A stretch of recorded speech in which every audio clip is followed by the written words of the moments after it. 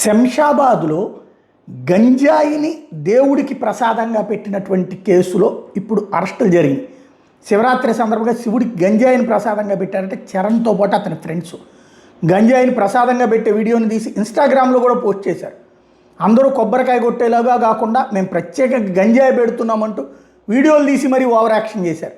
ఇన్స్టాగ్రామ్లో reel album బాగా పెద్ద ఎత్తున వైరల్ అయింది. హైదరాబాద్ కమిషనర్కి అది చూశారు. టాస్క్ ఫోర్స్ పోలీసులు వాళ్ళని పట్టుకున్నారు. బడంగ్పేటకి చెందిన వాళ్ళుగా గుర్తించారు. యువకుల కోసం గాలిస్తున్నారు. ఇలాంటి రీల్స్ పెట్టేవాళ్ళు సోషల్ మీడియాలో ఫేమస్ కోసం ఇట్లాంటి దిక్కుమాలిన పనులు చేసేవాళ్ళని కఠినంగా శిక్షిస్తామంటూ సిపి సజ్జనార్ ప్రకటించారు. వాళ్ళని అరెస్ట్ చేసి తీరతాం అన్నటువంటి విషయాన్ని తేల్చి చెప్తున్నారు. ఎట్టి పరిస్థితుల్లో వదిలిపెట్టే ప్రసక్తి లేదు అన్నటువంటి పాయింట్ స్పష్టం చేశారు. దేవుడికి గంజాయిని పెట్టేటటువంటి ఈ నీచ పరిస్థితి ఏంటి, అట్లాంటి దుర్మార్గులు ఏం చెప్పదలుచుకున్నారు సమాజానికి అన్నదే అర్థం కాదు.